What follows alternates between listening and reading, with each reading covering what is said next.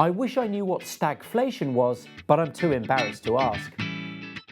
Traditionally, economists and central banks worry about economies either overheating or falling into recession. If the economy is growing faster than its productive capacity allows, inflation will be the result.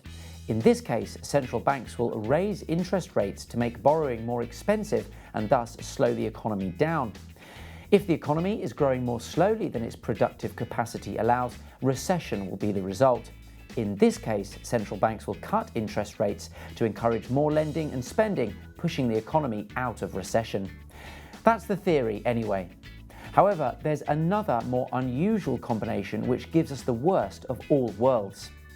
Stagflation occurs when economic growth is weak and unemployment is high, but inflation is also high. The term is a combination of the words stagnation and inflation. It was coined in the 1960s by British politician Ian MacLeod. The word became popular during the 1970s when stagflationary conditions took hold in the UK, the US, and several other developed economies. Economists argue about the exact causes. One contributing factor was high oil prices, which drove up both prices and costs, squeezing profit margins. Meanwhile, clumsy attempts by governments to control prices actually exacerbated inflationary pressure by making it harder for production to rise to match demand. Stagnation is difficult for policymakers to tackle. High inflation makes it hard for central banks to cut interest rates with the aim of stimulating the economy. Yet raising rates to tackle inflation will only exacerbate weak growth.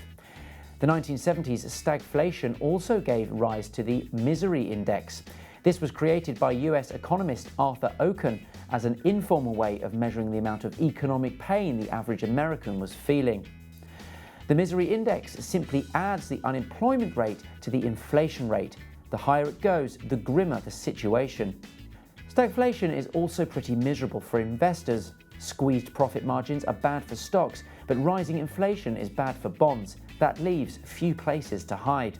The term is being muttered again now because the supply chain disruption in the wake of the COVID-19 pandemic is driving up prices. Meanwhile, unemployment remains stubbornly high. Here's hoping we don't see a repeat of the 1970s. To learn more about how to protect your portfolio from stagflation, subscribe to Money Week magazine.